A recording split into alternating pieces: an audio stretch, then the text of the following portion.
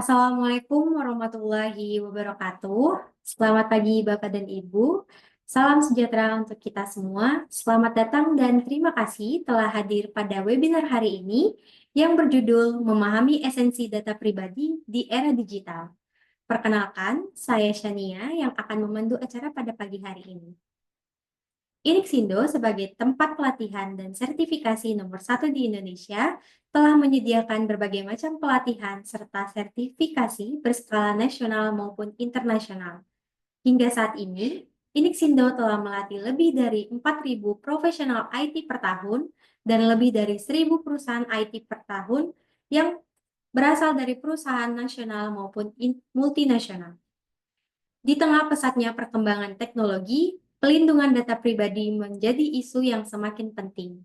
Data pribadi seperti nama, alamat, nomor telepon, hingga informasi finansial rentan disalahgunakan jika tidak dikelola dengan baik.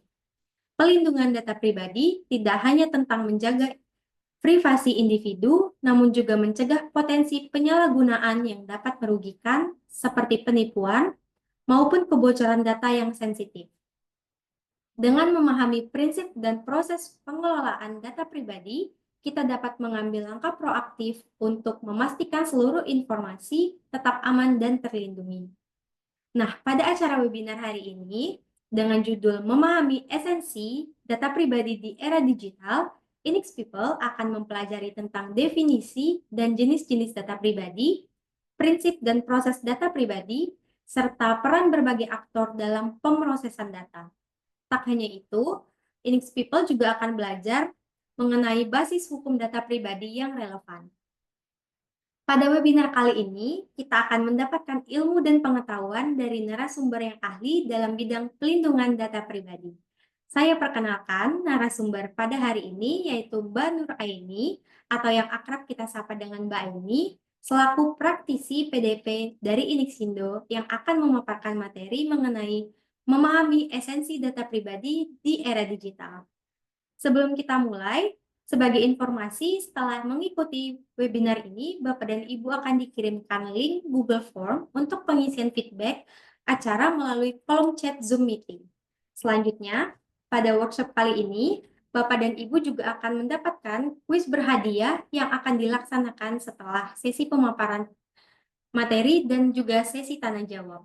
Terakhir, Bapak dan Ibu juga akan mendapatkan berupa benefit seperti e-sertifikat maupun voucher yang akan segera dikirimkan setelah acara selesai. Baik, sebelum kita masuk ke sesi utama dari pemaparan materi, Bapak dan Ibu dipersilakan untuk menonton tayangan video PDP sebagai pemahaman awal tentang data pribadi.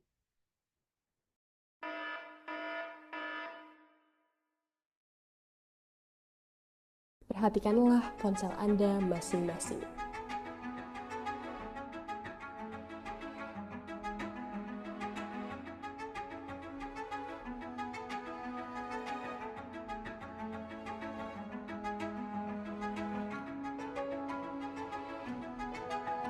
Dahulu, ponsel hanya berfungsi sebagai alat komunikasi. Namun kini, ponsel telah bertransformasi menjadi pusat kendali. Berbelanja, bertransaksi digital cukup satu sentuhan. Berkomunikasi jarak jauh semudah membuka aplikasi. Bahkan, ponsel dapat memberikan informasi tentang rute tercepat, pengingat kesehatan, hingga berita terkini yang telah disesuaikan dengan minat penggunanya. Dari semua kemudahan yang diberikan, ponsel seakan-akan telah menjadi sahabat terdekat yang mengetahui segalanya tentang kita. Namun, pernahkah kita berpikir bagaimana semua kemudahan ini dapat terjadi? Apakah benar semua ini diberikan secara gratis? Nyatanya, setiap kenyamanan yang kita rasakan telah terbayar melalui data pribadi yang kita berikan. Tak bisa dipungkiri, hampir semua kegiatan kita menjadi semakin mudah karena adanya bantuan dari aplikasi-aplikasi gratis yang kita gunakan. Mulai dari dompet, bank, dan kalender yang serba digital, rute perjalanan, sosial media, hingga aplikasi yang dapat mengetahui spesifikasi perangkat yang kita gunakan. Tanpa disadari, kita telah memberikan informasi tentang data pribadi seperti lokasi, preferensi belanja, pola konsumsi, bahkan aktivitas sehari-hari kepada perusahaan pengendali data yang dapat mempengaruhi mulai dari pola pikiran, kebiasaan, hingga emosi kita. Kumpulan-kumpulan data yang telah dihasilkan dari penggunaan aplikasi akan diolah oleh Big Data Surveillance dengan kombinasi Computational Psychology. Hasil olahan data tersebut akan menghasilkan data psychographics dan demographics yang dapat digunakan untuk mengidentifikasi seseorang. Bahkan, penggunaan nama samaran, identitas palsu, atau data lain yang mengada-ada tidak akan berpengaruh bagi perusahaan pengendali data dalam mengidentifikasi seseorang. Lalu, apa yang terjadi jika kita berhasil teridentifikasi? Dari semua data pribadi yang telah diolah berdasarkan kebiasaan dalam menggunakan aplikasi, perusahaan pengendali data akan dengan mudah membuat automated engagement scripts atau algoritma-algoritma yang akan memangsa emosi pengguna untuk melakukan respon secara online maupun fisik, mulai dari menyesuaikan iklan yang muncul hingga memprediksi kebutuhan kita. Tak hanya dengan pengumpulan data yang kompleks dari berbagai aplikasi, korelasi antara Facebook likes terhadap skor Ocean-nya juga dapat mengidentifikasi seseorang sesuai jenis kelamin, seksualitas, paham politik, hingga sifat-sifat pribadinya.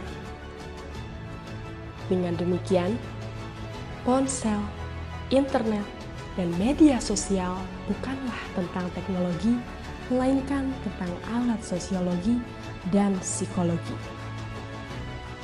Dari 212,9 juta masyarakat Indonesia yang terhubung ke internet, sebanyak 167 juta orang merupakan pengguna aktif media sosial dengan rata-rata waktu akses hingga 8 jam per hari. Besarnya angka pengguna internet di Indonesia menjadi urgensi bagi keberadaan aturan tentang perlindungan data pribadi di dunia digital.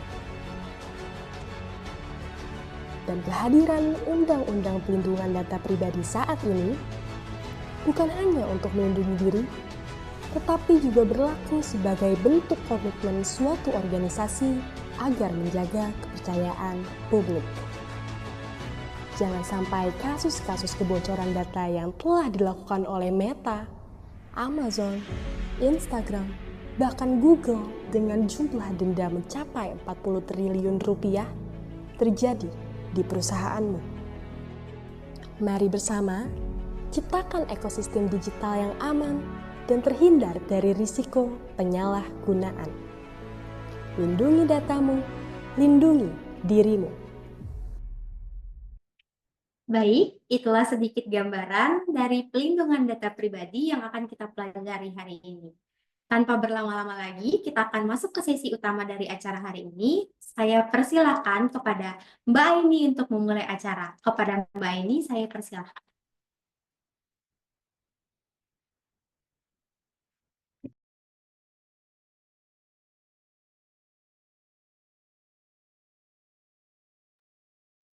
Baik, terima kasih kepada Mbak Shania. Selamat pagi Bapak Ibu semua.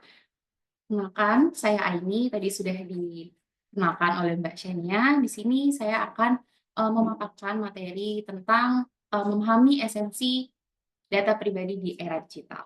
Baik, saya akan share screen terlebih dahulu untuk materinya.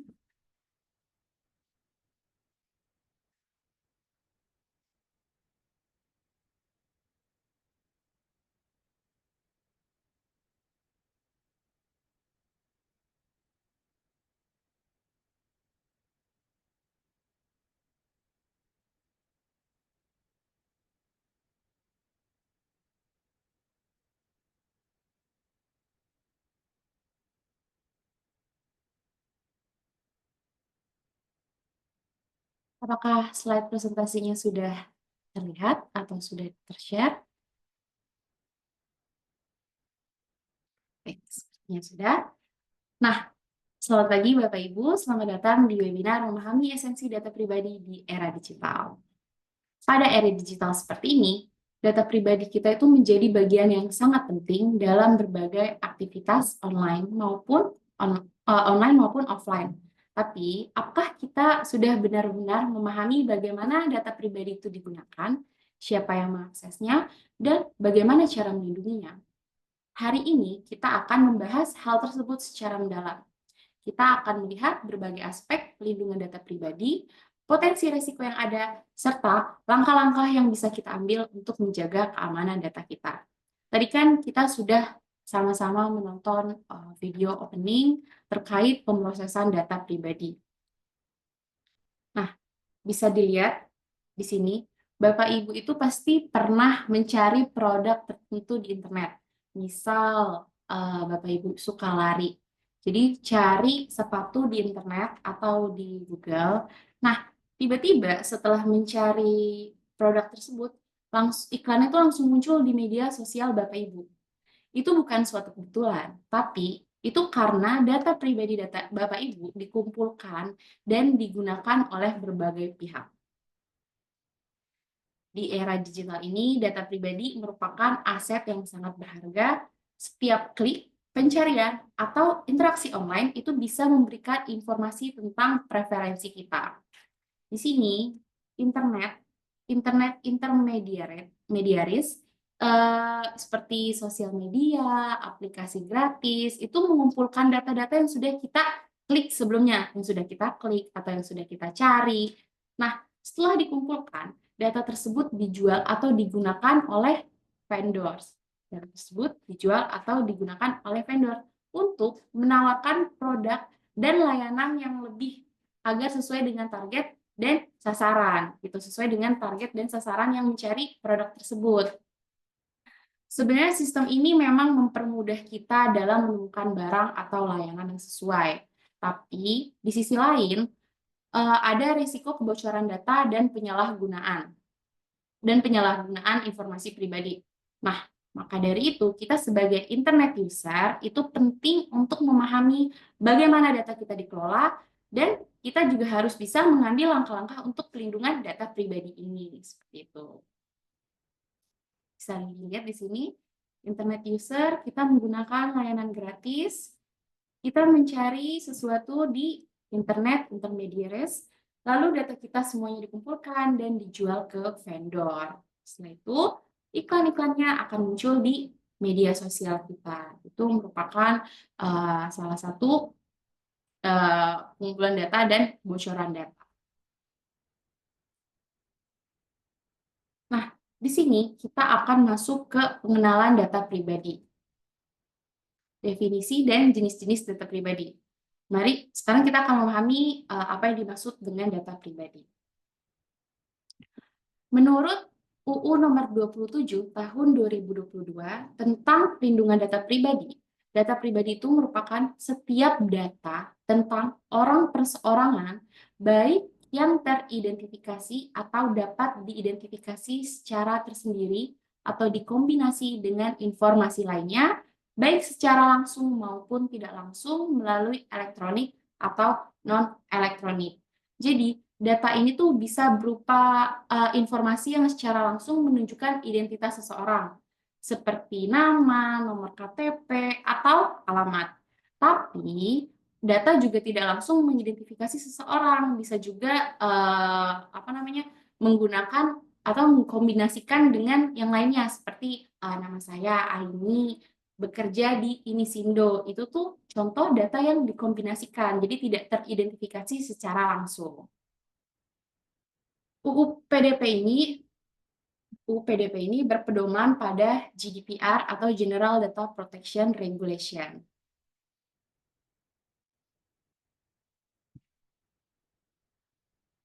Nah, ini seperti yang tadi sudah kita baca di slide definisi data pribadi, sama, data pribadi hanya mencakup informasi yang berkaitan dengan orang perseorangan dan dapat diidentifikasi atau teridentifikasi langsung dari informasi yang dimaksud. Atau dapat diidentifikasi secara tidak langsung dari informasi yang dimaksud atau ditambah dengan informasi lainnya. Jadi contoh yang dikombinasikan itu tuh seperti tadi ya Bapak Ibu. Ada nama, misal tadi Mbak Shania, namanya Mbak Shania, bekerja di Inisindo, tinggalnya di Tangerang, seperti itu. Itu data yang diidentifikasi atau dikombinasikan juga dengan informasi lainnya. Nah, tadi kan ada data pribadi. Di sini juga ada data yang bukan data pribadi. Yang bukan data pribadi itu yang kayak gimana? Itu data yang telah dianonimkan. Contohnya kayak kita sensus penduduk. Nah, kan ketika kita sensus penduduk di satu rumah, yang diambil itu kan bukan nama-namanya dan detailnya, tapi itu lebih ke jumlah orang di rumah tersebut berapa. Pokoknya udah dikalkulasikan dengan angka. Jadi itu bukan data pribadi dan itu data yang sudah dianonimkan. Atau yang bukan data pribadi itu informasi tentang orang yang telah meninggal atau informasi tentang perusahaan atau otoritas publik. Jadi untuk orang yang sudah meninggal atau informasi tentang perusahaan itu bukan masuk ke data pribadi ya Bapak Ibu. Data pribadi itu yang merujuk kepada seseorang. Tadi sudah data pribadi. Nah, data pribadi ini juga memiliki dua jenis. Yang pertama itu ada data umum. Data umum ini merupakan data yang mengidentifikasi seseorang secara umum. Contohnya itu seperti DKTP, ada nama lengkap, jenis kelamin, agama, kewarganegaraan, status perkawinan, atau data pribadi yang dikombinasikan untuk identifikasi seseorang. Misal di sini saya contoh ke Mbak Shania. Mbak Shania itu suka makan nasi goreng di Patal.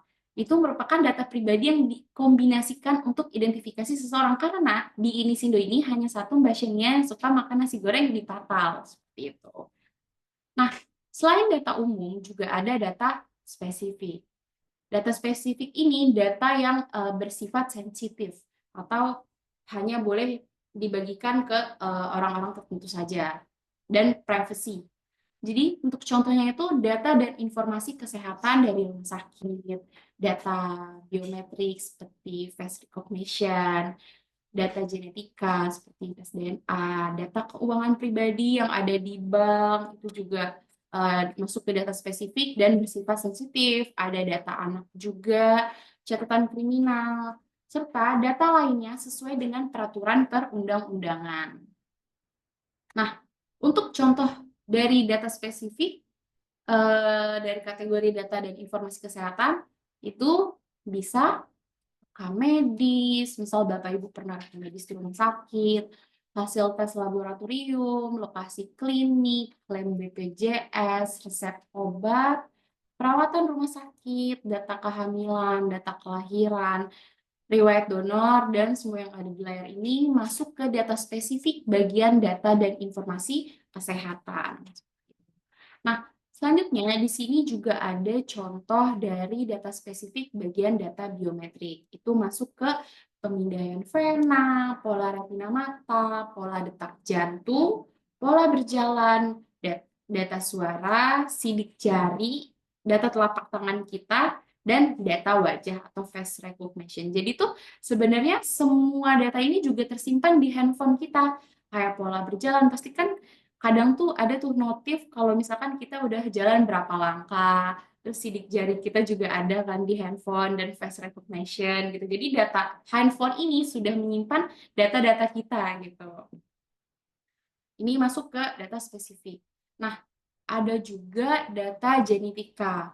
Ada pemindaian prenatal, riwayat keluarga genetik, pemetaan genom lengkap, hasil tes DNA, tes keturunan, dan lain sebagainya.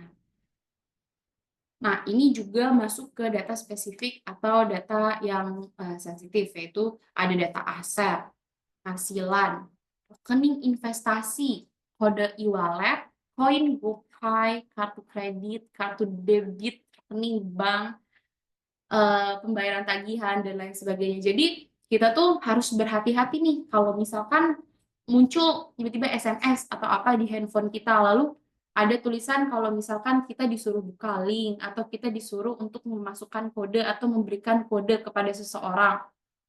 Itu tuh sebenarnya harus berhati-hati banget dan kita harus memilah-milah gitu. Kalau misalkan memang kita merasa kita meminta kode tersebut, itu nggak apa-apa. Tapi kalau misalkan kita kayaknya ini bukan saya deh, itu Bapak Ibu harus berhati-hati karena bisa aja uang kita itu diambil. Karena memang udah banyak banget kejadian-kejadian seperti itu. Kayak waktu itu pernah ada kasus di Telegram. Di Telegram itu tuh dikirimkan link, lalu ada yang mencet linknya, terus padahal tuh baru mencet linknya aja, tiba-tiba tuh udah data-datanya kesebar. Jadi kita benar-benar harus berhati-hati banget dalam memencet link karena itu bisa jadi scam atau penipuan dan lain sebagainya, dan ya data kita jadi sebar dan disalahgunakan seperti itu. Nah, di sini itu ada contoh nih. Di sini datanya itu data yang dapat diidentifikasi atau teridentifikasi. Jadi di sini ada nama dan nomor KTP. Coba, dari banyaknya orang, di sini ada nama dan nomor KTP. Itu masuknya ke data dapat diidentifikasi atau teridentifikasi.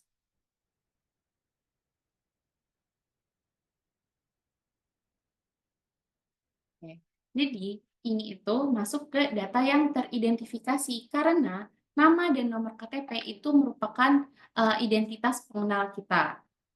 Gitu. Jadi kalau misalkan nih orang melihat atau siapa gitu melihat KTP saya, di sini udah ada namanya, nama Nur Aini dengan nik 3174 sekian sekian sekian. Oh, Nur Aini yang ini orangnya karena itu sudah teridentifikasi atau merujuk kepada satu orang. Seperti itu.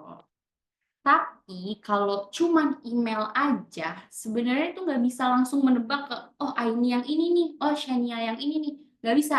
Jadi harus ditambahkan atau dikombinasikan dengan data-data lainnya.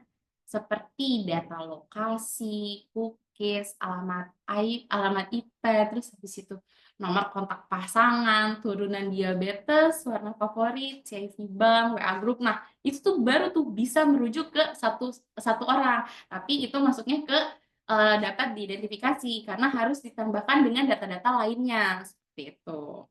Hati-hati ya Bapak Ibu.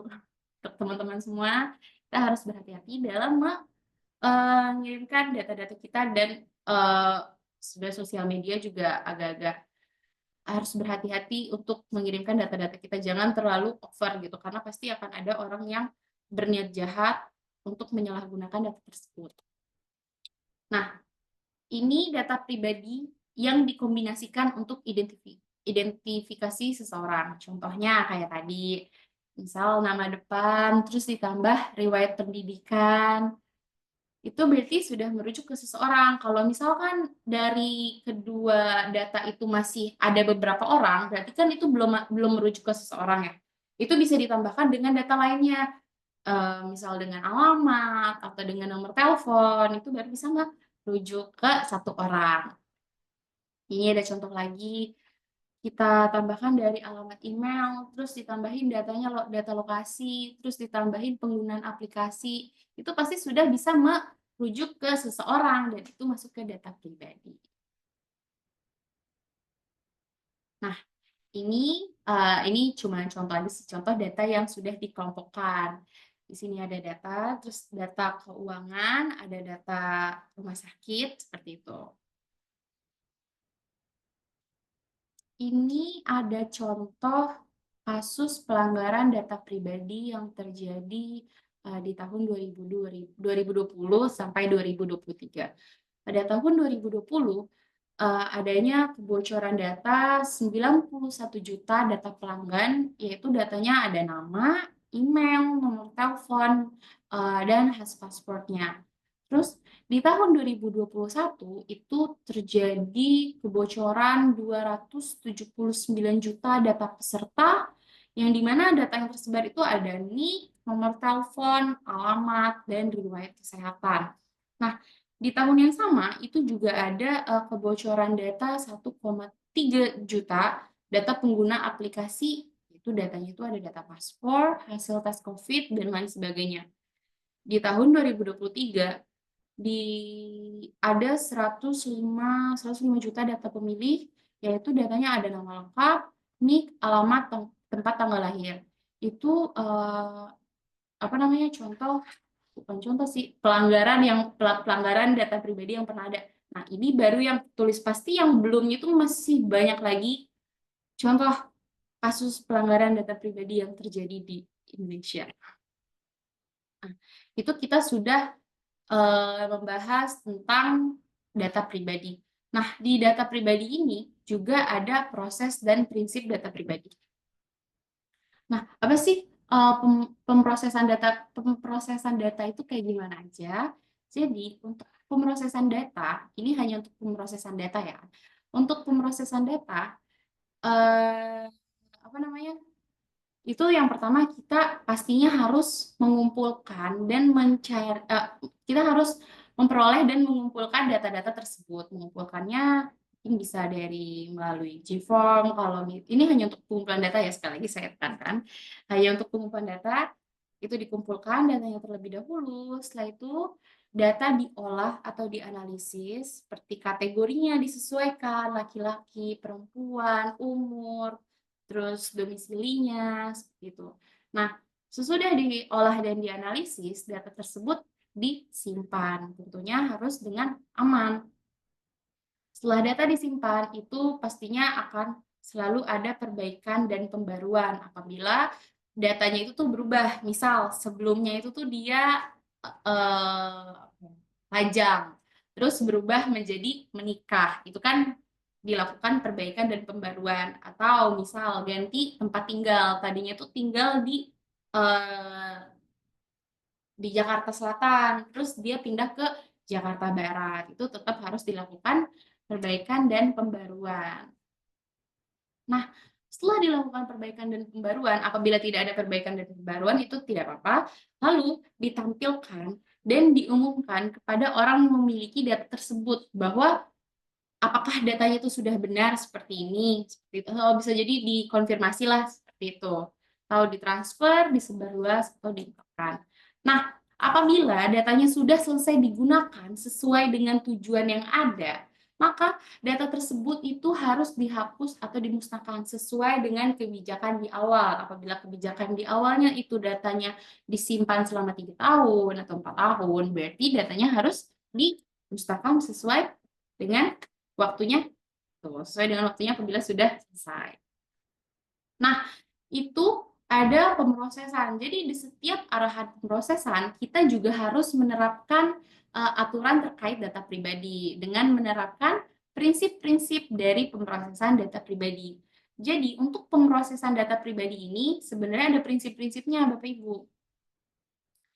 Untuk prinsip-prinsipnya itu ada 7. Bisa kita lihat sama-sama di sini, ada batasan penyimpanan, minimalisasi data, batasan tujuan, akuntabilitas, legalitas, berkeadilan dan transparansi, integritas dan kerahasiaan. Oke. Di sini kita akan bahas satu-satu terkait prinsip-prinsip data, prinsip-prinsip proses pengumpulan data pribadi. Oke.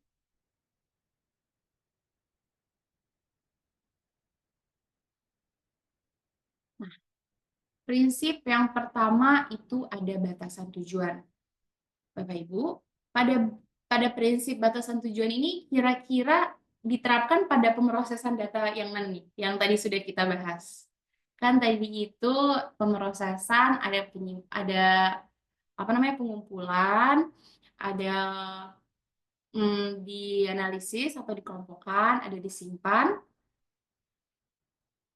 Untuk batasan tujuan ini masuk pada pemrosesan data yang penyimpanan.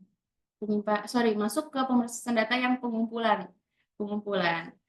Jadi, Batasan tujuan ini hanya memperoleh data pribadi untuk tujuan awal yang diinginkan, dengan kata lain tidak boleh menggunakan kembali data pribadi untuk tujuan lain. Data dikumpulkan untuk tujuan yang eksplisit dan sah, dan tidak boleh diproses lebih lanjut dengan cara yang tidak sesuai dengan tujuan tersebut. Nah, contohnya itu tuh kayak penyedia layanan kesehatan. Jadi itu kan mengumpulkan informasi kesehatan pasien untuk perawatan medis, tapi nggak menggunakan, jadi data kita itu tuh digunakan selain untuk medis, untuk promosi juga. Kayak kita kan pasti kalau untuk apa namanya ngisi Google, misal kita disuruh isi Google Form nih di rumah sakit. Nah, kita masukin email kita. Awalnya itu dibilang cuma untuk mengirimkan hasil kesehatan kita aja. Tapi tiba-tiba sebulan atau seminggu kemudian itu kita dikirimin promosi-promosi terkait rumah sakit tersebut. Sebenarnya kan itu sudah melanggar prinsip batasan tujuan. Karena tujuan di awalnya itu hanya untuk mengirimkan apa diagnosa penyakit kita, seperti itu. Nah, tujuan lainnya itu, contoh lainnya itu sama, ini kita ambil di bank ya. Kita masukin nomor pada saat registrasi untuk membuat bank ATM baru. Nah, kita udah buat nih. Terus beberapa minggu kemudian atau beberapa bulan kemudian pasti akan muncul, halo, bank ini sedang mengadakan promosi. Apakah kamu tertarik untuk mendapatkan promosi tersebut, kayak gitu-gitu. Karena kan di awal kita masukin nomor telepon kita cuman untuk verifikasi nih, apabila terjadi apa namanya error atau enggak, apabila ada sesuatu yang urgent yang harus membuat si nasabahnya itu tuh dihubungi gitu, bukan untuk promosi. Kecuali kalau misal udah ada kesepakatan di awal, kesepakatan bahwa nomor kita ini akan digunakan untuk promosi juga gitu, dan kita udah setuju, itu baru nggak melanggar batasan tujuan. Itu untuk prinsip yang pertama. Nah, selanjutnya itu juga ada prinsip minimalisasi data. Prinsip minimalisasi data.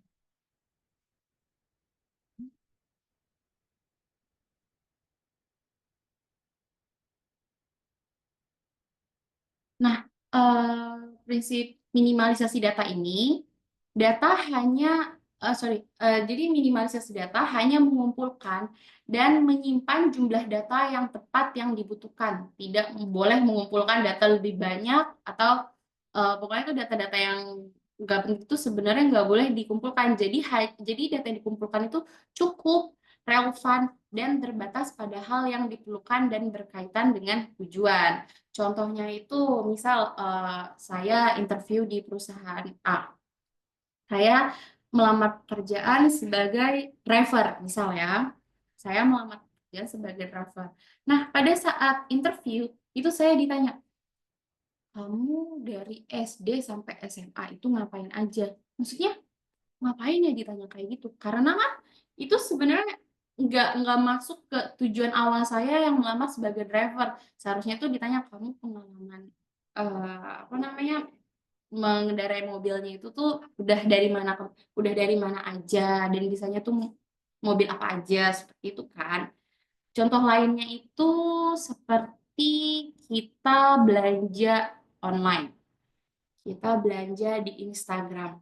Kan seharusnya kalau kita belanja di toko online itu data yang diperlukan cuma nama, alamat, nomor telepon, dan detail pembayaran kan.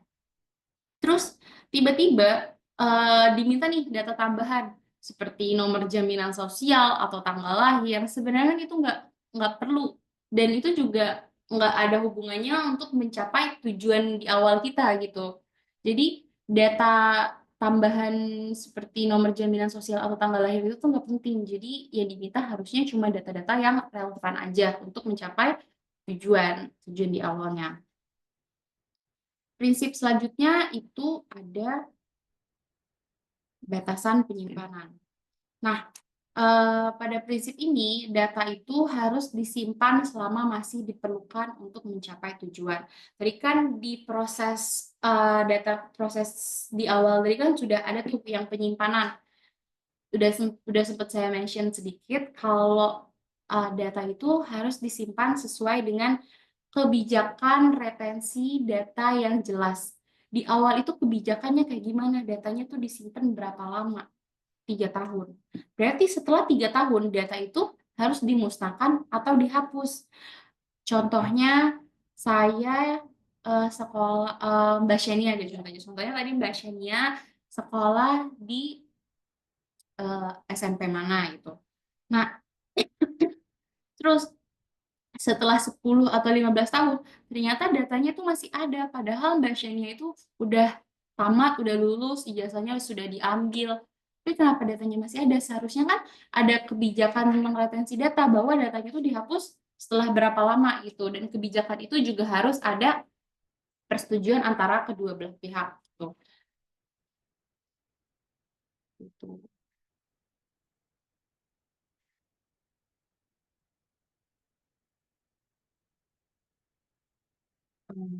Selanjutnya, itu ada juga prinsip dari akurasi. Nah, sebenarnya prinsip ini juga mungkin agak sedikit membingungkan, sementara semua prinsip lain yang udah kita lihat sejauh ini itu tentang mengetahui sedikit mungkin tentang orang-orang yang datanya kita proses. Nah, yang satu ini itu kebalikannya. Prinsip yang akurasi ini tentang memiliki data yang paling akurat. Ini berarti data pribadi yang diproses harus benar dan terbaru, dan kita sebagai pengontrol atau pemroses data juga harus mengambil tindakan yang wajar untuk memastikannya. Apa namanya? Contohnya itu tuh kayak bank secara teratur meminta nasabah untuk meninjau dan memperbarui informasi pribadi mereka untuk memastikan bahwa detail kontaknya itu tuh udah benar dan terkini. Itu tuh membantu dalam keakuratan data pelanggannya. Pastikan setiap beberapa bulan atau ya setiap beberapa bulan selalu ada konfirmasi apakah nomor telepon atau data yang kita masukkan itu sudah up to date atau belum, sudah terbaru atau belum. Nah, contoh lainnya itu, misal nih ada salah satu pelanggan kita mendaftar ke email. Jadi ada salah satu pelanggan yang daftar dengan email di perusahaan X saat bekerja di perusahaan A.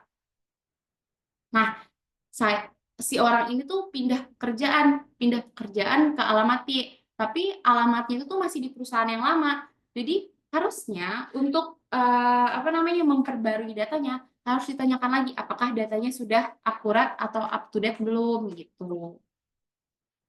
Prinsip ini tentang memiliki data yang paling akurat. Artinya data pribadi yang diproses harus benar, lengkap, dan up to date. Mekanisme pembaruan dan validasi data menjadi sangat penting karena ya itu kita tuh harus melihat apakah data ini sudah betul atau belum, dan kita tuh harus memastikan bahwa detailnya sudah betul. Gitu. Selanjutnya ada prinsip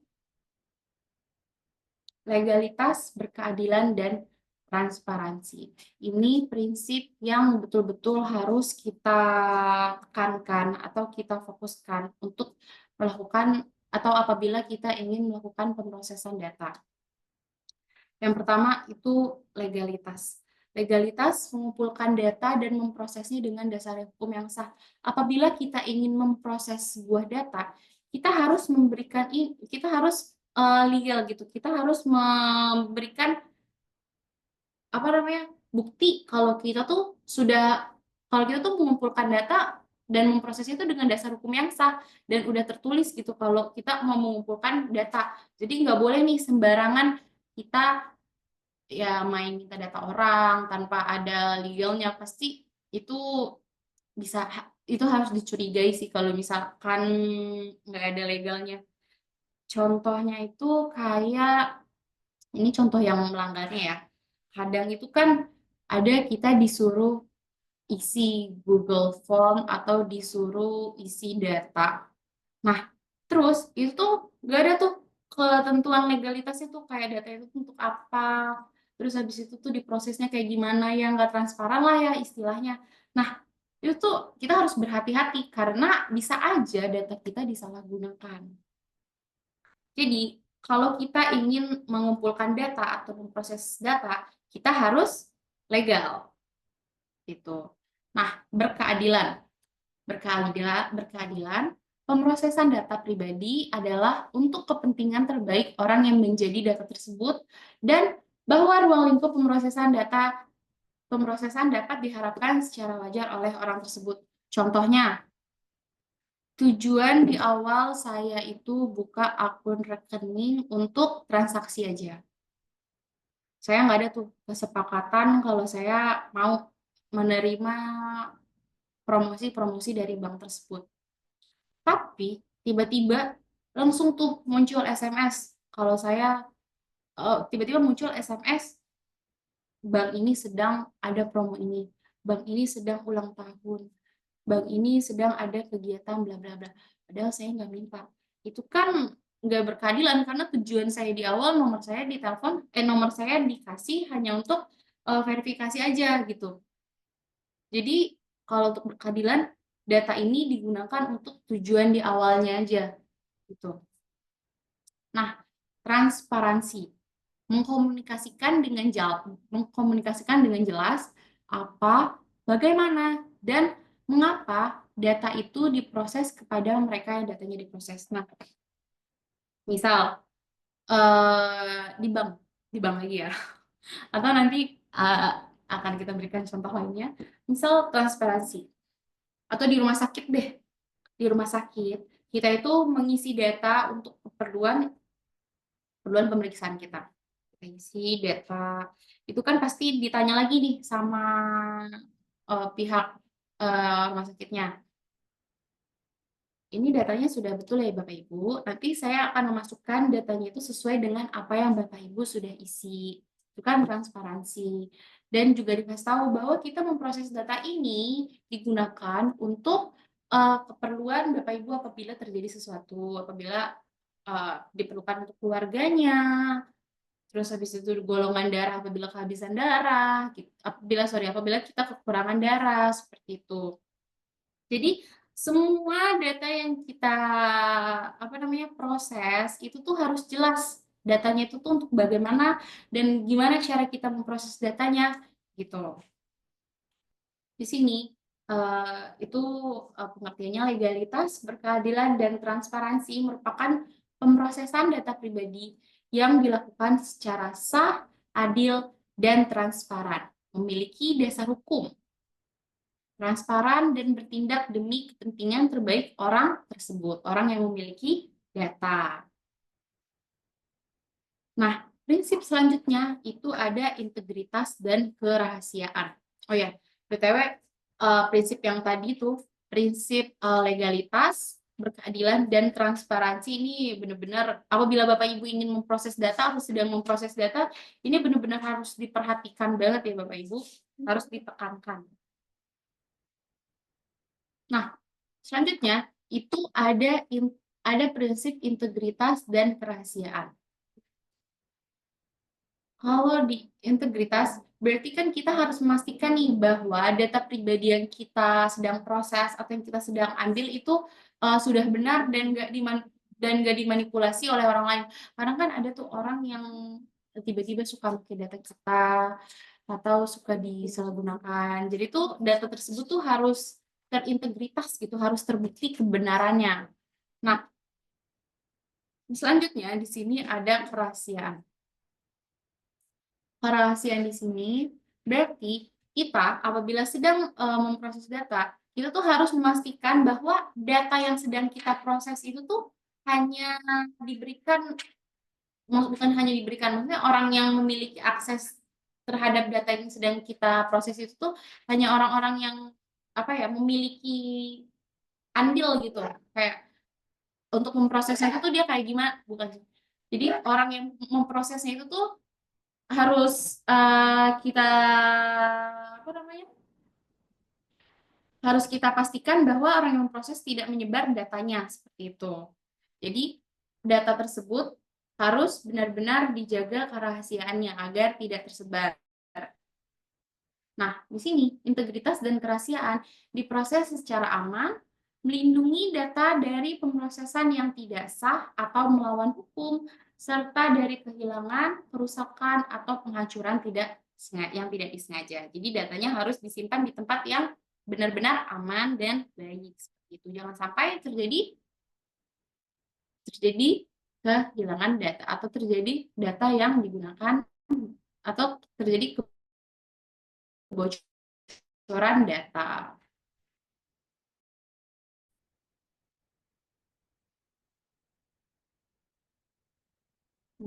Selanjutnya, contohnya seperti ini. Kalau contoh kerahasiaan, misal kita itu menyimpan data di Google Drive, sebenarnya agak riskan juga ya untuk menyimpan data di Google Drive. Misal kita nyimpan data di Google Drive yang dapat diakses oleh seluruh orang yang ada di perusahaan kita. Itu sebenarnya tuh harus kita cek lagi tuh, apakah orang tersebut bisa menjaga data tersebut agar tidak tersebar. Kalau misalkan nggak bisa, berarti data tersebut sudah bocor dan sudah melanggar prinsip integritas dan kerahasiaan. Gitu. Jadi kalau bisa dicek lagi dan keamanannya lebih diketat agar datanya tidak bocor. Nah, prinsip yang terakhir atau prinsip yang ketujuh itu ada akuntabilitas. Apabila kita yang sedang memproses data itu sudah menerapkan ke 6 prinsip tadi, maka di prinsip ketujuh ini kita bisa dikatakan akuntabilitas. Karena sudah mengimplementasikan dan mengelola kebijakan dan praktik pelindungan data pribadi yang jelas. Kenapa? Ya tadi, karena kita sudah mengimplementasikan ke 6 prinsip data tersebut. Nah, apabila kita sudah akuntabilitas, berarti kita sudah bertanggung jawab untuk mematuhi prinsip-prinsip pelindungan data pribadi dan harus dapat mendemonstrasikan kepatuhan pada UU PDP. Dan ini juga harus didukung oleh sistem dan dokumentasi yang baik untuk membuktikan kepatuhan.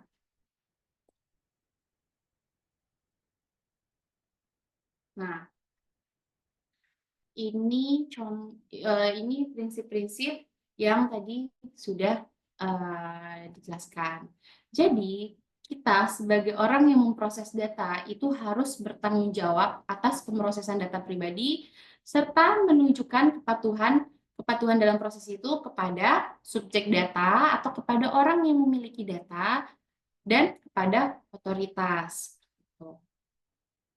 Nah, kan itu udah ada tuh pemrosesannya kayak gimana, terus prinsip-prinsip yang harus diterapkan itu apa. Di sini juga ada aktor yang terlibat dalam pemrosesan data pribadi. Kita lihat untuk aktornya itu apa aja sih dan siapa aja kira-kira aktor yang ada di dalam pemrosesan data pribadi ini. Nah, UU PDP ini mengatur hak dan kewajiban data pribadi. Haknya itu adalah untuk subjek data di sini, dan kewajibannya itu untuk pengendali data dan juga prosesor data yang memproses datanya. Baik, di sini saya akan menjelaskan masing-masing dari aktornya di slide berikut. Nah, di sini bisa kita lihat menurut UU PDP pasal 1 tentang ketentuan umum, subjek data merupakan setiap orang yang data pribadinya diproses oleh pengendali data. Nah, definisi ini tuh mengandung beberapa poin penting. Yang pertama di sini ada setiap orang. Setiap orang di sini menunjukkan bahwa UU PDP ini melindungi data pribadi semua individu baik warga negara Indonesia maupun warga negara asing yang datanya diproses di Indonesia. Selanjutnya ada data pribadi. Data pribadi ini merujuk pada segala informasi yang berkaitan dengan individu yang teridentifikasi atau dapat diidentifikasi, baik secara langsung maupun tidak langsung. Nah, ini tuh mencakup berbagai jenis data, mulai dari nama, alamat, nomor telepon, hingga data yang lebih sensitif seperti tadi data kesehatan, data genetika, dan biometrik. Nah, di sini poin selanjutnya itu ada di proses. Di proses itu tuh mencakup setiap tindakan yang dilakukan terhadap data pribadi, termasuk tadi tuh yang prosesnya pengumpulan, perekaman, penyimpanan, pengubahan, pengungkapan dan pemusnahan itu masuk ke proses data pribadi. Nah, data pribadinya diproses oleh pengendali data. Pengendali data di sini siapa? Pengendali data itu pihak yang menentukan tujuan dan cara pemrosesan datanya. Jadi, dengan kata lain, subjek data itu individu yang menjadi pemilik data pribadi, yang datanya sedang diproses. Oke? Saya ulangi, dengan kata lain, subjek data ini merupakan individu yang menjadi pemilik data pribadi yang datanya sedang diproses. UU PDP ini memberikan hak-hak kepada subjek data untuk mengontrol data pribadinya. Nah, itu kan udah tuh pengertiannya. Contoh subjek data itu kayak gimana sih? Atau contoh subjek data itu apa aja? Contoh subjek data itu misal saya sebagai nasabah bank, atau saya sebagai karyawan di kantor, saya sebagai pasien rumah sakit, saya sebagai pelanggan atau customer toko online. Karena kan saya memberikan data seperti itu ke pengendali data, dan itu saya memberikan data ada tujuannya seperti itu. Itu untuk contoh subjek data. Nah, aktor selanjutnya ada pengendali data atau controller. Nah, controller ini nih memiliki kepatuhan terhadap prinsip pelindungan data. Jadi, si pengendali data harus mematuhi prinsip pelindungan data yang tercantum di UU PDP yang tadi sudah kita kita paparkan. Nah, di sini pengendali data itu merupakan setiap orang, badan publik, dan organisasi internasional yang bertindak sendiri-sendiri atau bersama-sama untuk menentukan tujuan dan melakukan kendali dalam pemrosesan data pribadi. Jadi, contohnya itu kayak saya subjek data memberikan data ke rumah sakit. Nah, berarti rumah sakit itu sebagai pengendali datanya. Atau contohnya itu saya sebagai customer di Shopee memberikan data ke Shopee, berarti Shopee itu pengendali data. Dan mereka harus menggunakan data itu sesuai dengan tujuan yang sudah ditetapkan sebelumnya, dan data tersebut harus diproses sesuai dengan tujuannya. Seperti itu. Selanjutnya, kan ini pengendali data nih. Ini yang bertanggung jawab ya, yang bertanggung jawab atas data si subjek datanya. Ada yang memproses datanya. Siapa yang memproses data? Yang memproses datanya itu prosesor data. Prosesor data itu merupakan setiap orang, badan publik, dan organisasi internasional yang bertindak sendiri-sendiri atau bersama-sama dalam melakukan pemrosesan data pribadi atas nama pengendali data. Contohnya, kan tadi itu saya ngasih data ke rumah sakit. Berarti saya subjek datanya rumah sakit, pengendali datanya. Nah, pasti ada orang yang memproses datanya kan? Siapa yang memproses datanya? Dokter atau suster. Berarti itu masuk ke prosesor data. Jadi si dokter atau susternya itu merupakan prosesor data. Contoh lainnya, saya fotokopi. Saya memberikan data ke tukang fotokopian. Terus tukang fotokopian itu tuh memproses data saya di print kan, di fotokopi. Nah, yang fotokopi data saya itu siapa? Prosesor datanya atau abang-abang atau ibu-ibu yang memfotokopinya seperti itu. Itu untuk prosesor data. Tapi kalau misalkan nih, kan saya pakai Shopee atau Tokopedia gitu kan. Berarti saya memberikan data saya ke Shopee. Shopee itu mengendali datanya. Nah, kan kalau kita belanja di Shopee, berarti pembayarannya itu melalui bank kan? Atau virtual account atau yang lainnya. Misal saya bayarnya itu menggunakan Bank Mandiri. Berarti data saya kasih udah ke dua pengendali data nih. Udah ke Shopee, udah ke Bank Mandiri juga. Terus saya kan pasti harus memberikan alamat saya ke pihak pengirim barangnya kan. Misal Tiki atau JNE. Berarti data saya udah diberikan ke ketiga pihak. Kira-kira siapa pengendali datanya? Apakah Shopee atau Bank Mandiri atau JNE? Tiga-tiganya itu merupakan pengendali data dan mereka yang bertanggung jawab atas data saya yang sedang diproses. Itu masuk ke aktor pengendali gabungan.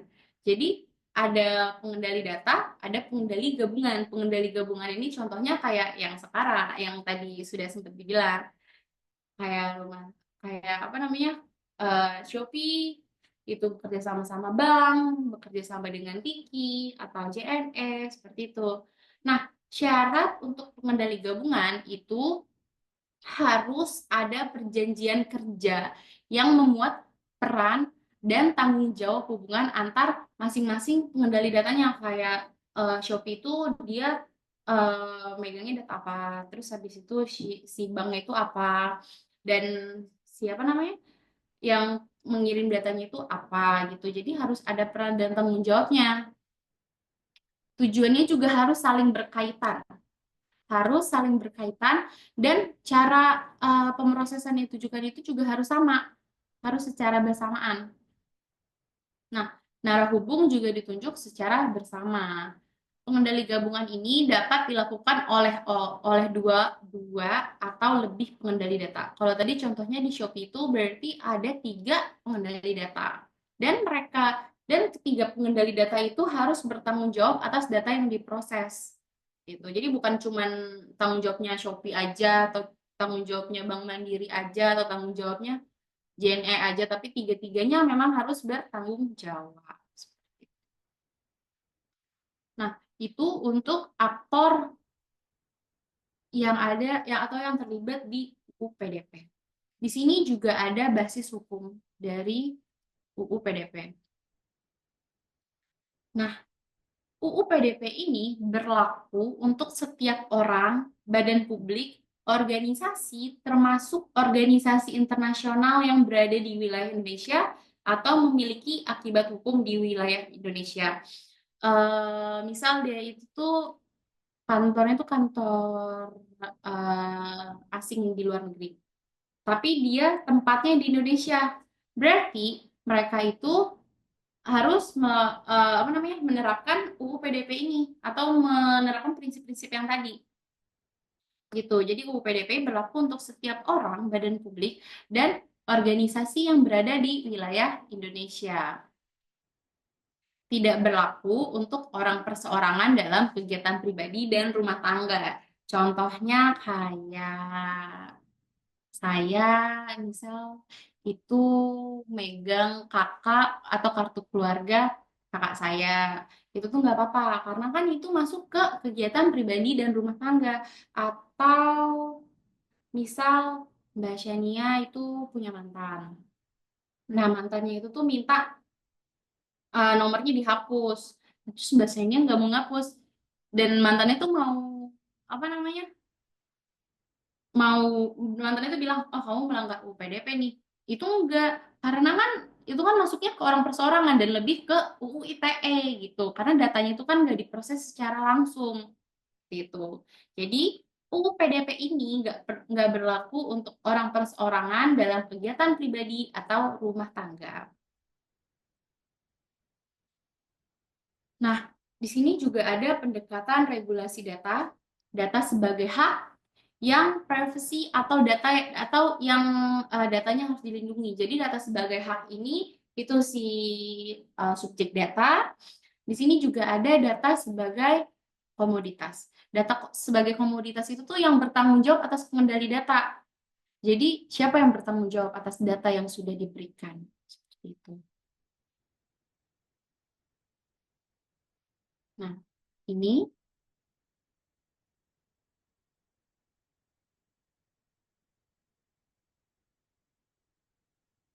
data sebagai hak itu privacy. Jadi, di sini kita misal memberikan data, kita memiliki hak kendali atas informasi pribadi dan membatasi akses orang lain terhadap informasi tersebut. Hak individu untuk memiliki kontrol atas informasi pribadi mereka. Misal kita sebagai pemroses data, kita tuh harus melindungi datanya dan membatasi akses orang lain terhadap data tersebut. Karena kan memang si subjek data memiliki privacy dan data tersebut tuh nggak boleh disebarluaskan gitu. Di sini ada hak sebagai komoditas. Itu upaya untuk melindungi informasi pribadi individu dari penyalahgunaan, akses yang tidak sah, dan penggunaan yang tidak sah oleh organisasi atau pihak lain. Jadi, si komoditas ini harus memiliki tanggung jawab terkait pengendali data untuk melindungi dan mengamankan data pribadi yang dikumpulkan dari si subjek datanya. Seperti itu. Datanya harus betul-betul dilindungi dan diamani. Itu tugas si pengendali data. Nah, itu untuk regulasi datanya. Untuk memastikan apakah kita sudah bisa memproses data atau belum, tadi kan sudah dijelaskan bahwa prinsipnya itu ada legalitas. Di sini legalitasnya itu yang kayak gimana sih? Jadi, untuk contoh legalitasnya di sini itu ada beberapa. Dan ini tuh semuanya sama.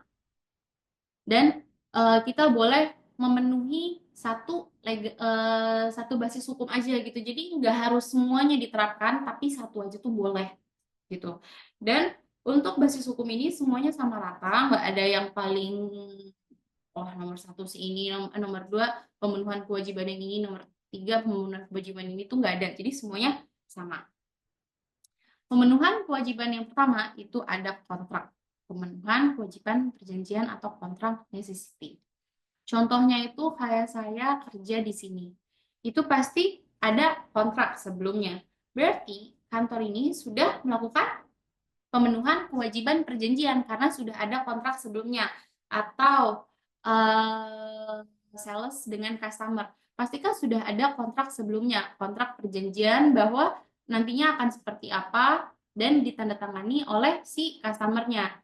Berarti itu sudah melakukan basis hukum pemrosesan data. Itu untuk pemenuhan kewajiban perjanjian. Nah, pemenuhan kewajiban hukum atau legal obligation itu seperti saya sebagai warga negara Indonesia, berarti saya harus membuat KTP, itu pemenuhan kewajiban hukum. Atau saya sebagai warga negara Indonesia ingin mengendarai kendaraan motor, berarti saya harus membuat SIM. Saya sebagai warga negara Indonesia ingin ke luar negeri dan membutuhkan paspor, berarti saya harus membuat paspor. Itu untuk pemenuhan kewajiban hukum. Nah, di sini juga ada pelaksanaan tugas dalam rangka kepentingan umum pelayanan publik atau pelaksanaan tugas kewenangan pengendali data pribadi. Nah, ini contohnya kayak kemarin itu kan kita ada pemilu. Nah, data kita kan dimintain tuh untuk nyoblos ya. Nah, itu tuh mereka tanpa tanpa kertas kan udah jelas bahwa itu tuh untuk kepentingan umum atau pelayanan publik. Jadi ya nggak apa-apa, dan itu sudah melaksanakan tugas dalam rangka kepentingan atau public necessity. Selanjutnya di sini juga ada persetujuan yang sah secara eksplisit dari subjek data atau konsen. Selain kontrak, sebenarnya konsen ini sama kayak kontrak, ditandatangan. Tapi pasti kan Bapak Ibu pasti pernah pakai GoPay atau Dana. Sekarang itu sudah ada kebijakan syarat dan ketentuannya. Apabila kita sudah update apa namanya aplikasi tersebut, kadang tuh bukan kadang sih, memang seharusnya ada tulisan bahwa data kita tuh akan diproses seperti apa, dan data kita yang diminta itu apa saja. Dan kadang, bukan kadang, memang iya. Dan di bawahnya itu kan kayak ada kotak gitu kan. Kotak yang dimana kita kasih centang apabila kita sudah setuju gitu. Nah, itu masuk ke persetujuan yang sah secara eksplisit dari subjek data atau konsen. Jadi yang ada di kotak di bawah itu masuk ke konsen, atau misal kita daftar sebagai pengguna baru di sebuah website. Jadi kita ngasih email, kita ngasih password kita, pasti kan ada beberapa data juga yang diminta, tapi kalau kita ngerasa data tersebut nggak diperlukan di website tersebut, kita boleh skip aja. Nah, di bawahnya itu pasti ada syarat dan ketentuan privasi kebijakan yang harus diketahui atau dilindungi. Nah, kita pencet tuh. Pasti nanti di situ tuh ada bacaan data pribadi. Data pribadi yang diminta untuk bla bla bla, diprosesnya gini gini gini. Nah, di bawah tuh centang apabila kamu menyetujui data kamu diproses seperti itu. Nah, itu contoh dari konsen atau persetujuan yang sah secara eksplisit. Nah, ada pemenuhan pelindungan kepentingan vital. Ini contohnya kayak misal terjadi kecelakaan di tol atau di jalan. Nah, terus orang yang kecelakaan itu sendiri, kan pasti kita nggak tahu dong dia ini namanya siapa, rumahnya di mana, nomor teleponnya berapa, dan kita harus menghubungin siapa, kita nggak tahu. Akhirnya kita buka handphonenya atau kita buka KTP-nya, kita lihat, terus kita hubungi orang yang ada di handphone tersebut atau kita datangin rumahnya dari KTP itu. Itu masuk ke pemenuhan pelindungan kepentingan vital karena itu udah bener-bener urgent banget gitu. Makanya nggak apa-apa data tersebut kita gunakan atau kita ambil karena kan untuk menghubungi rekan atau saudaranya karena sudah urgent. Jadi pemenuhan pelindungan kepentingan vital itu digunakan apabila terjadi sesuatu yang penting atau sesuatu yang urgent. Nah, yang terakhir itu ada pemenuhan kepentingan yang sah lainnya. Ini itu belum diterapkan di Indonesia, baru di luar negeri. Jadi kalau ini contohnya kayak si perusahaan minta data ke subjek data, tapi itu udah jelas gitu datanya untuk apa, tanpa ada basis hukum pemrosesan data, tapi itu udah jelas datanya untuk apa gitu. Dan ini ya memang belum ada di Indonesia seperti itu, baru di luar negeri. Nah, itu untuk basis hukumnya. Kita sebagai subjek data itu memiliki hak, Bapak Ibu, kita memiliki hak sebagai subjek data. Apa saja hak kita sebagai subjek data? Kita berhak meminta informasi atas data kita tuh digunakannya untuk apa. Data kita diprosesnya seperti apa. Data kita berapa lama disimpannya. Itu kita berhak menanyakan kepada si pengendali datanya sebagai orang yang memproses datanya. Lalu, kita juga berhak atas akses dan salinan data pribadi. Jadi setelah kita mengirimkan data kita ya berhak gitu meminta data salinan yang sudah kita kirimkan. Jadi Bapak Ibu kalau misalkan mau minta salinan data itu nggak usah ragu karena itu udah hak kita sebagai subjek data dan itu sudah ada di UU PDP. Kita sebagai subjek data juga berhak melengkapi atau memperbarui atau memperbaiki data. Misal nih, di KTP datanya itu masih panjang, terus tiba-tiba kita nikah. Kita mau ganti datanya ke kecamatan atau kelurahan. Terus ya kita berhak gitu untuk minta update data kalau misalkan status kita itu udah diganti. Kita juga berhak mengakhiri proses, menghapus, dan memusnahkan data kita yang sedang diproses. Misal, eh, saya di rumah sakit. Terus data saya diproses di rumah sakit. Dan saya ngerasa kayak, oh saya udah mendingan nih. Saya udah sehat nih. Saya minta hapus, datanya itu nggak apa-apa. Tapi kalau misalkan masih mau di-keep, itu nggak apa-apa. Asalkan ada kebijakan bahwa data itu tuh akan disimpan berapa lama. Seperti itu. Hak selanjutnya itu kita berhak menarik kembali persetujuan proses data. Misal data kita tuh udah diproses nih. Terus tiba-tiba kayaknya nggak jadi deh. Kita berhak ngomong ke pengendali datanya kalau nggak jadi deh, datanya ditarik lagi deh. Itu tuh berhak. Jadi tuh nggak apa-apa sebenarnya. Dan kita juga berhak untuk mendapatkan dan memindahkan data. Saya sebelumnya itu tuh berobat di rumah sakit A. Nah, terus saya pengen pindah ke rumah sakit B. Saya meminta nih salinan data dan saya minta untuk dipindahin ke rumah sakit B. Nah, itu saya berhak atas memindahkan data karena kan itu data saya seperti itu. Selanjutnya, saya juga berhak untuk menuntut atau meminta ganti rugi apabila data saya tuh dibocorkan atau dibuat untuk hal-hal yang tidak sesuai dengan tujuan di awal, dan saya mau minta ganti rugi atau saya mau nuntutnya itu menggunakan apa? UU PDP, karena sudah ada dan perjanjian di awalnya juga data ini hanya digunakan untuk pemeriksaan data atau hanya untuk pemeriksaan rumah sakit gitu. Nah, selanjutnya ada berhak menunda atau membatasi proses data secara proporsional sesuai tujuan. Contoh, saya ngisi Google Formulir. Saya lagi proses ngisi nih. Saya ngisi, terus tiba-tiba pas di tengah formulir, saya kayak berubah pikiran. Duh, nanti deh, nanti aja deh ngisinya, nggak harus sekarang. Nah, itu tuh nggak apa-apa. Memang ya hak saya untuk menunda mengisi datanya gitu. Nah, kita juga berhak membatasi proses data secara profesional. Misal, padahal saya itu ngisi Google Formulir hanya untuk sertifikat. Nah, tapi di situ tuh saya ditanya tanggal lahir, diminta data tanggal lahir saya. Maksudnya sertifikat tanggal lahir, kayaknya nggak ada hubungannya nggak sih?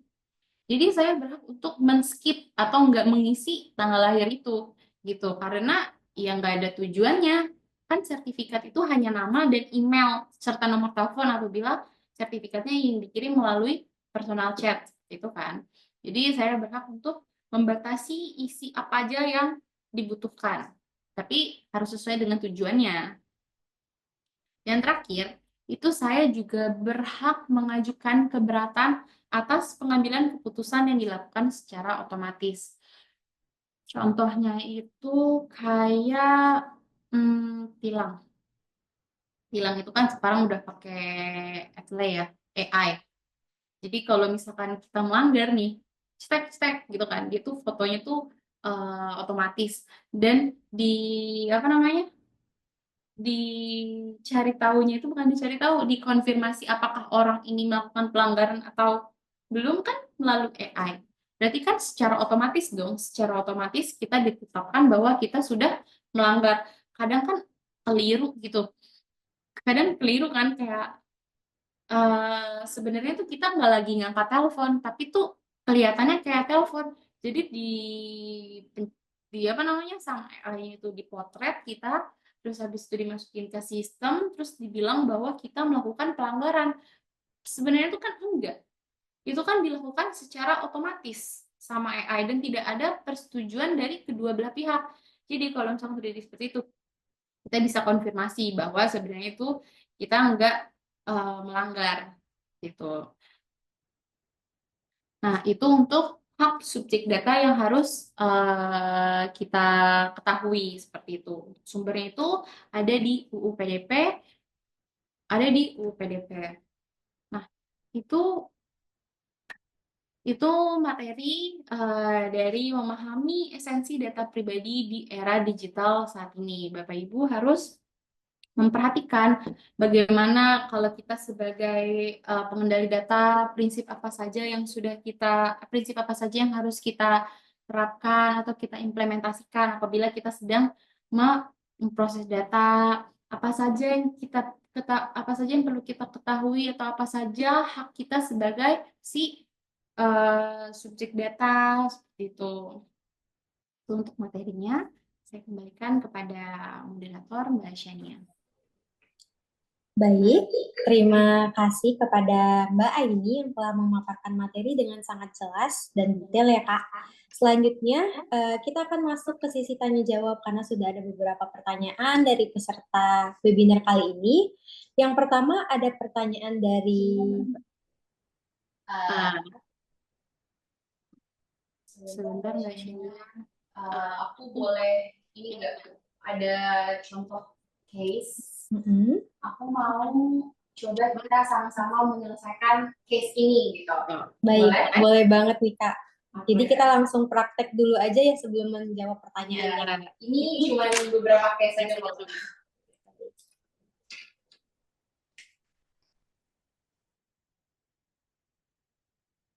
Tadi kan kita sudah belajar nih kan, atau kita sudah mengetahui prinsip-prinsip apa aja yang harus diterapkan dalam pemrosesan data pribadi, terus aktor-aktornya itu siapa aja.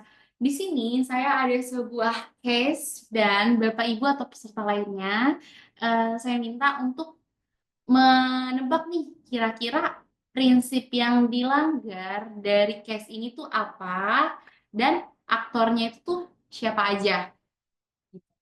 Dan tuh Bapak Ibu di sini untuk Mbak Shania juga mungkin kalau tahu boleh bantu untuk jawab prinsip yang dilanggar. Baik, mungkin Bapak dan Ibu dipersilakan untuk menyalakan kamera serta mikrofonnya ya, biar bisa lebih interaktif dalam menjawab pertanyaan dari case yang diberikan oleh Mbak Aini.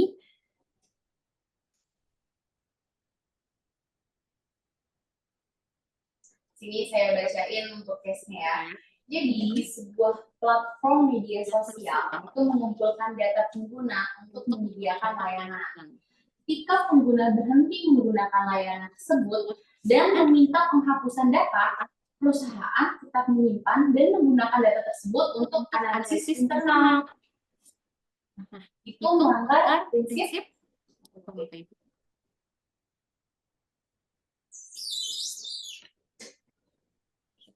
Mungkin bisa di raise hand Bapak dan Ibu untuk jawabannya.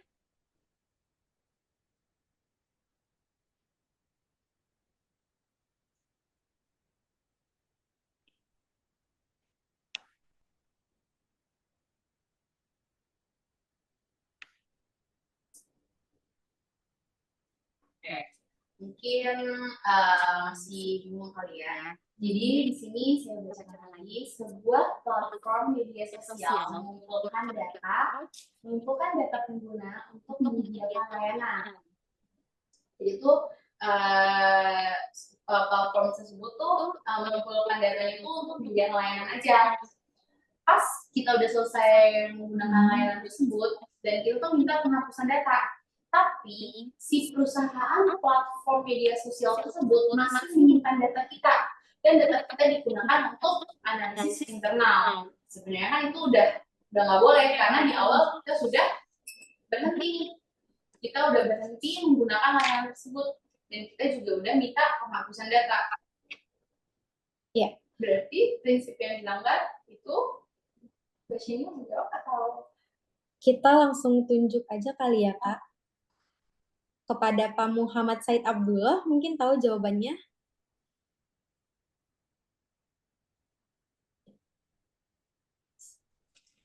Silakan on dulu Pak, mikrofonnya mungkin. Ya, baik, ada raise hand dari Bapak Ade Surya Buniman. Silakan Pak. Hak subjek Jawabannya? data ya, hak subjek data. Suaranya kurang jelas Pak, mungkin bisa diulang kembali. Hak subjek data. Iya, Maaf Pak, saat ini suaranya masih kurang jelas. Oke, bisa terdengar suaranya? Halo. Iya. Kalau gitu kita jawab bareng-bareng aja ya, Tasya. Iya, boleh. Untuk prinsip yang dilanggar dari case ini, Mbak ini maaf, Ya. Pak Ade sudah menjawab melalui kolom chat. oh gitu ya. Jawabannya itu ada hak subjek data. Prinsip yang dilanggar itu apa? Tadi kan ada prinsip batasan tujuan, ada prinsip minimalisasi data, ada prinsip batasan penyimpanan, seperti itu. Jadi di sini prinsip yang dilanggar itu apa? Ayo, mungkin ada kesempatan kedua. Pak Kasmadi mau menjawab?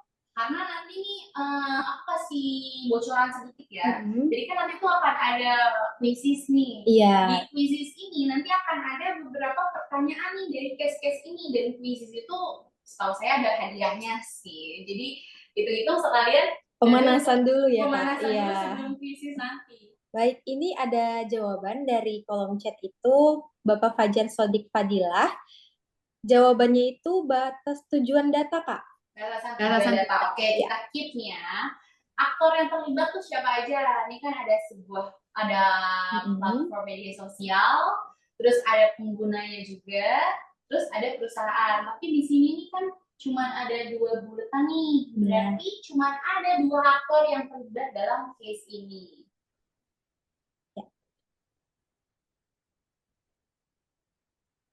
Mungkin kita bantu tebak dulu aja kali ya untuk satu ini ya. Kita bantu Ya. tebak. Untuk aktornya, kalau menurut saya itu yang pertama ada pengguna, dan yang kedua ada perusahaan media sosialnya, Kak. Oke, kita lihat ya. Pengguna dan perusahaan media sosial. Dan prinsipnya batasan tujuan ya, Kak? Iya, benar. Oke, berarti untuk aktornya itu sudah betul, pelanggan dan perusahaan sosial media atau platform digital. Jadi subjek datanya itu pelanggan, kita yang memberikan data, dan pengendali datanya itu ada platform digital atau perusahaan sosial media. Prinsipnya nih, tadi siapa Bapak? Bapak Fajar Sodik Fadilah. Kita lihat apakah betul jawaban dari Bapak Fajar, yaitu batasan tujuan ya, Mbak.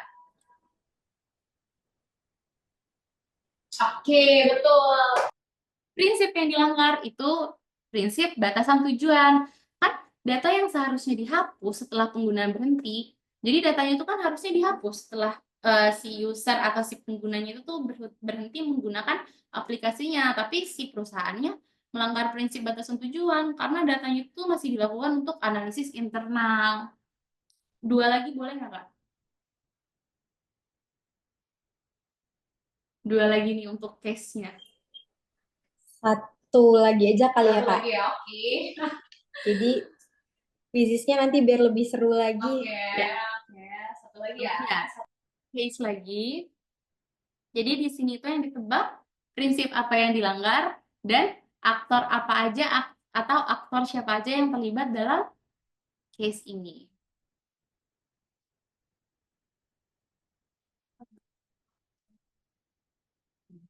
Nah, ini saya bacain ya untuk case-nya. Perusahaan kargo yang merekrut pengemudi perlu bukti bahwa kandidat yang mereka wawancarai memiliki keterampilan mengendarai jenis kendaraan tertentu.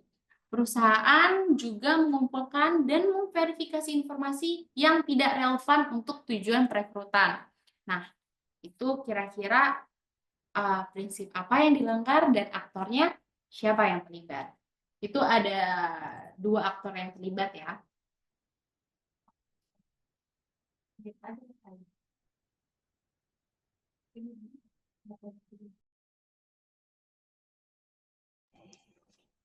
Iya, kita pilihin lagi ya, Kak, yang mau jawab pertanyaannya. Karena ini berguna banget Bapak dan Ibu buat quizzes nantinya. Kalau di quizzes kan ada hadiahnya tuh. Nah, kalau di sini kita pemanasan dulu biar lebih paham lagi gimana sih pertanyaan nanti yang akan muncul di quizzes. Baik. Sorry, Mbak. Sebenarnya selain analisis, kita apabila memproses data juga harus mengetahui nih kira-kira kita melanggar prinsip nggak sih apabila kita mengumpulkan data ini? Kita melanggar prinsip nggak sih apabila datanya kita simpannya lebih lama gitu? Jadi ini juga bisa kita implementasikan atau kita terapkan di perusahaan atau di mana tempat kita bekerja gitu, Kak. Ya, ada jawaban Kak dari Bapak Ade Surya Budiman lagi. Jawabannya itu prinsip yang dilanggar adalah minimalisasi data.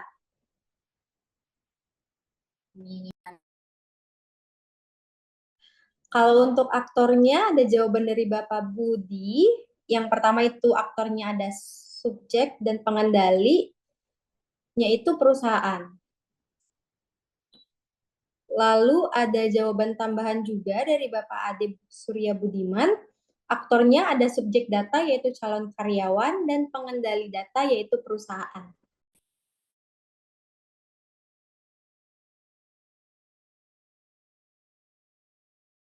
Di prinsip yang dilanggar minimalisasi data ya Kak, karena di sini perusahaan juga mengumpulkan dan memverifikasi informasi yang tidak relevan untuk tujuan perekrutan. Kita lihat ya. Sorry tadi aktornya apa Kak? Aktornya itu ada calon karyawan sebagai subjeknya dan pengendalinya itu sebagai perusahaan. Oke, udah lumayan panas nih ya. Kita lihat.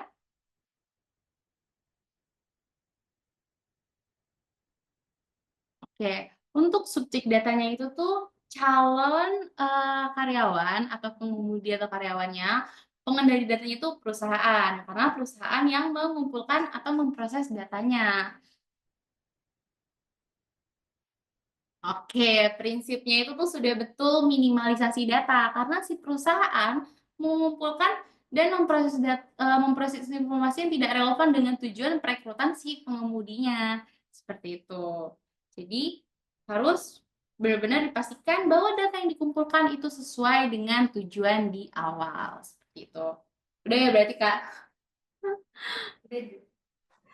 Iya, udah dong. Nah, dari pertanyaan ini kan kita bisa tahu nih ya Kak, kalau sebenarnya pelindungan data pribadi itu sangat kompleks, namun juga sangat penting bagi kehidupan kita sendiri di masa sekarang ini tentunya. Oleh karena itu, untuk Bapak dan Ibu yang ingin mengetahui lebih lanjut terkait pelindungan data pribadi, gimana nih Kak? Kan sesi ini nih sebenarnya sangat terbatas ya untuk kita tahu lebih lanjut mengenai pelindungan data pribadi.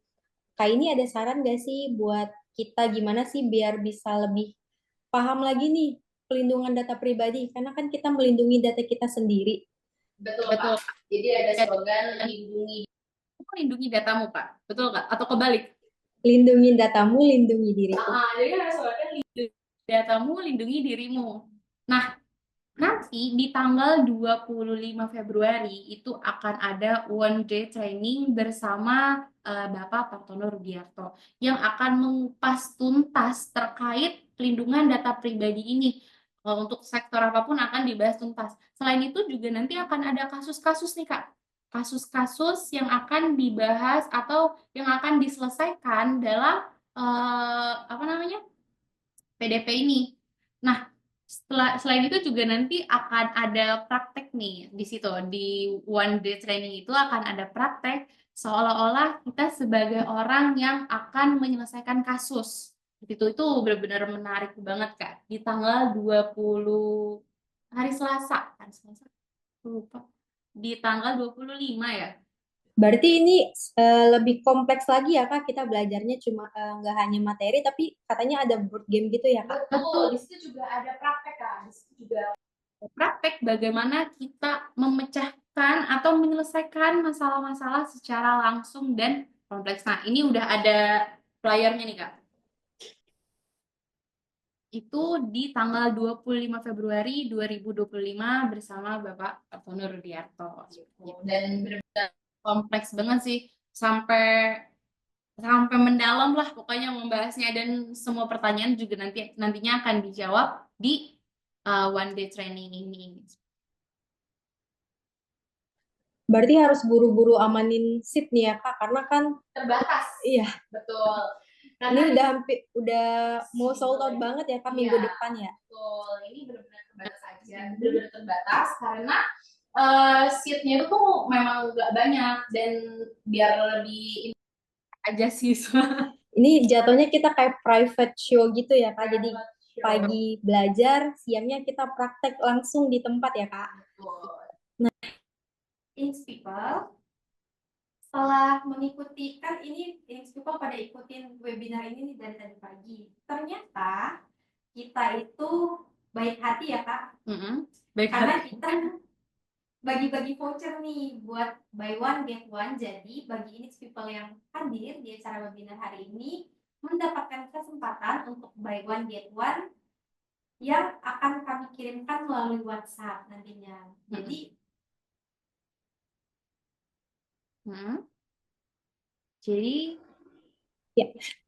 Inix People tuh punya kesempatan lain untuk ngajakin temennya biar bisa belajar bareng. Tentunya nanti akan ketemu dengan ahlinya, yaitu Pak Partono Rudiarto. Kemudian juga akan ketemu dengan Mbak Aini. Nantinya akan dijelaskan dengan lebih detail lagi gimana sih pelindungan data pribadi. Terus juga langsung praktek ya Kak, jadi biar bisa lebih paham banget nih apa-apa aja sih detail terkait pelindungan data pribadi. Betul. Dan Ibu yang ikut webinar ini benar-benar beruntung banget karena diskon buy one get one itu hanya ada di webinar ini. Kita dari Inixindo sangat menunggu ya kedatangan pendaftaran dari Bapak dan Ibu tentunya, karena kursi yang kita miliki saat ini sudah sangat limited. Mungkin pendaftarannya sampai kapan Kak ini? Mungkin nanti akan dilakukan lagi melalui grup WhatsApp, Kak. Baik, untuk itu jangan lupa daftar langsung ke admin kami melalui WhatsApp yang tentunya nanti akan berkaitan juga dengan e-sertifikat Bapak dan Ibu. Baik, Bapak dan Ibu, kita akan masuk ke sesi selanjutnya, yaitu tahap bermain kuis, dengan harapan kita dapat mengulas kembali materi yang telah disampaikan agar bisa lebih diingat lagi. Nantinya dalam kuis ini juga akan ada hadiah berupa saldo e-wallet untuk peserta yang berhasil mengumpulkan poin terbanyak. Baik, kuis akan dilakukan melalui Quizizz. Masing-masing peserta dimohon untuk bergabung di link Quizizz yang telah dikirimkan oleh tim kami sebentar. Untuk linknya, ya, untuk linknya sudah dikirimkan oleh tim kami melalui Zoom chat ini. Bapak dan Ibu diharapkan menggunakan nama lengkap agar mudah bagi tim kami nantinya untuk mengkonfirmasi hadiah. Silakan Bapak dan Ibu boleh join dulu untuk bermain kuis sebentar, mungkin sebagai sarana refresh materi yang sudah diajarkan oleh Mbak Aini. Recalling ya, Kak? Iya, recalling sekaligus mendapatkan reward dari kami. Dan tentunya akan ada voucher, sekali lagi mengingatkan voucher buy one get one untuk one day training pelindungan data pribadi yang nantinya akan dilaksanakan pada tanggal 25 Februari 2025. Untuk tempatnya nanti akan dilaksanakan di hotel berbintang, salah satu hotel berbintang di Jakarta. Nanti akan ketemu dengan Pak Partono Rudiarto, beliau ini sudah expert di bidang pelindungan data pribadi. Nanti juga akan ketemu dengan Mbak Ini. Nanti akan diajarkan juga bagaimana sih board game, kan seru ya kalau kita belajar terus kita juga main game. Jadi gimana gitu, kayak pokoknya ngena deh. Ya Kak. Seru sih, karena pasti kan sesuatu yang dipelajari itu kalau hanya dengan materi aja, itu kadang kan suka lupa. Ya, tapi kalau ini kita langsung mengimplementasikan di one day training itu. Udah berapa nih Kak? Iya, di link Quizizz ini sudah ada 25 Kak, 26. Mungkin kita tunggu hingga pukul 11.50 kali ya, biar lebih pas. Karena saat ini sudah pukul 11.46. Jadi bagi Bapak dan Ibu yang ingin main, terus dapat hadiah, tapi juga sekaligus merefresh materi yang udah dijelasin Kak ini tadi, bisa langsung join aja. join Please. myquiz.com dengan kode 891630. Ternyata ada banyak pertanyaan nih kayak yang muncul. Mungkin untuk pertanyaannya itu bisa dijawab di WhatsApp nanti sama aku atau bisa ikut training di one day training nanti. Kalau aku sih lebih mending nanya langsung nggak sih Kak di one day trainingnya. Jadi kan bisa face to face, bisa dapat jawabannya lebih jelas nih. Apalagi nanti juga ada Pak Partono Rudiarto kan, biar bisa dijelasin lebih lanjut lagi, menjawab keresahan-keresahan dari pertanyaan-pertanyaan kakak-kakak sekalian. Ya, sudah ada 28 partisipan. Kita masih menunggu hingga pukul 11.50.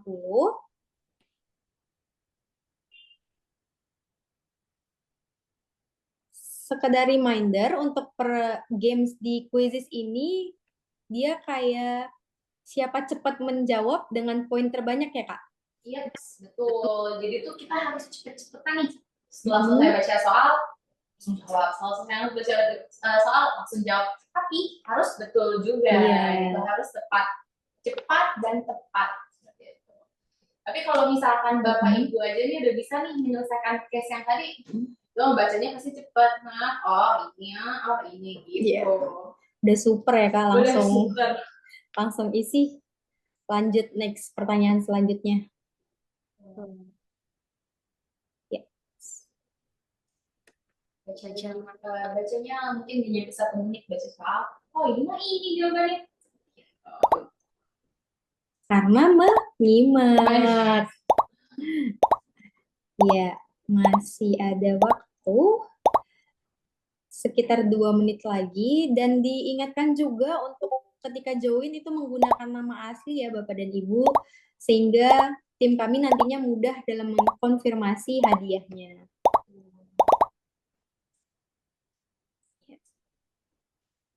1 menit lagi sebelum kita mulai game quizisnya.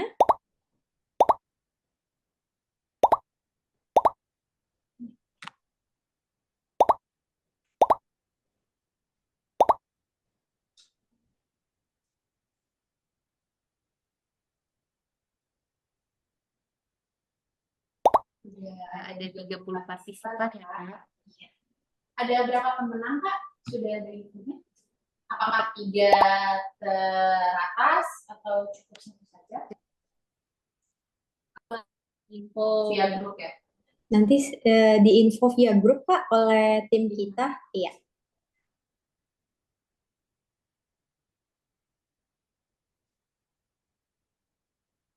Baik.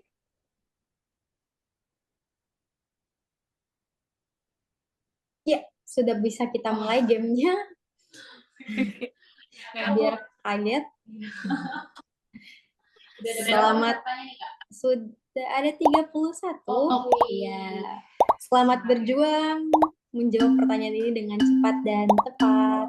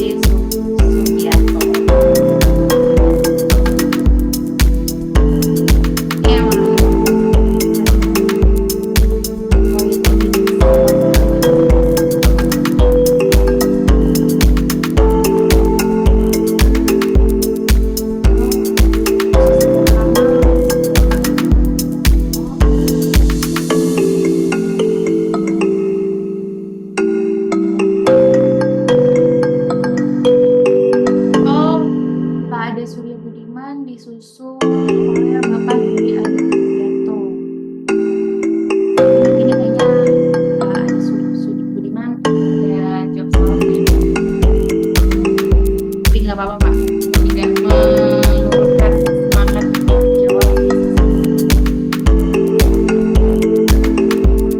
Sengit sekali ya ini Kak, karena poinnya beda tipis.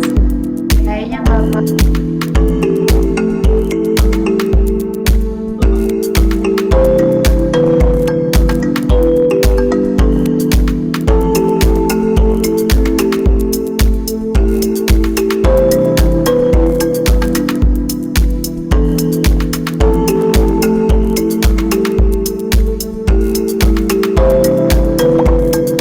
Akankah kita segera mendapatkan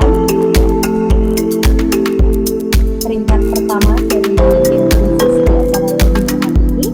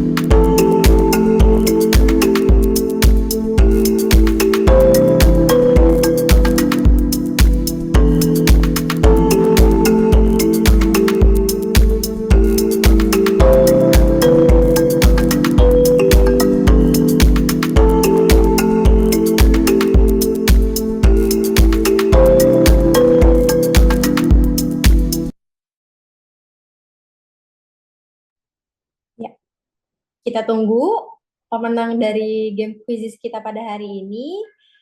Mungkin tim boleh tolong di-upload siapakah pemenang kali ini.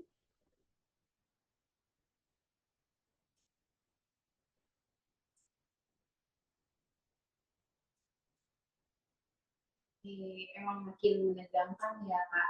Karena kita juga nggak tahu ya Kak siapa pemenangnya. Gitu, kita makin Iya. Masih belum.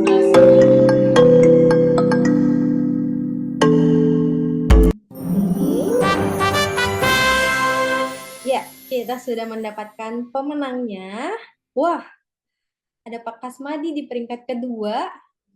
Selanjutnya ada Pak Dwi Adi Sugarto di peringkat ketiga dan Pak Iman Rahmatullah di peringkat pertama. Yeay, selamat untuk para pemenang. Mungkin bisa langsung nanti dikonfirmasi ke tim kita terkait hadiahnya. Baik Bapak dan Ibu, terima kasih telah berpartisipasi dalam game quiz ini, dan bagi para pemenang nantinya Bapak dan Ibu akan segera dihubungi oleh tim kami untuk pengiriman hadiah. Baik, sebelum kita tutup acara pada hari ini, Bapak dan Ibu dimohon untuk membuka kameranya untuk sesi dokumentasi. Baik, silakan Bapak dan Ibu dibuka kameranya untuk sesi dokumentasi.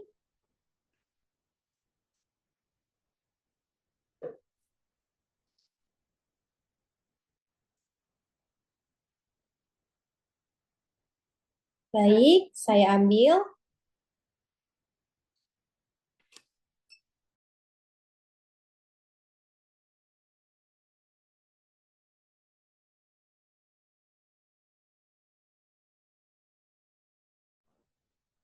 Baik, 1, 2, 3.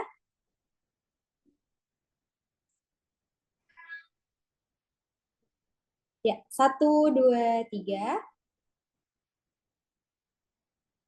Baik, 1, 2, 3. Terima kasih Bapak dan Ibu telah berkenan untuk menyalakan kameranya. Dan tak terasa kita sudah berada di penghujung acara pada hari ini. Semoga acara ini dapat memberikan pengetahuan serta wawasan baru bagi Bapak dan Ibu semua.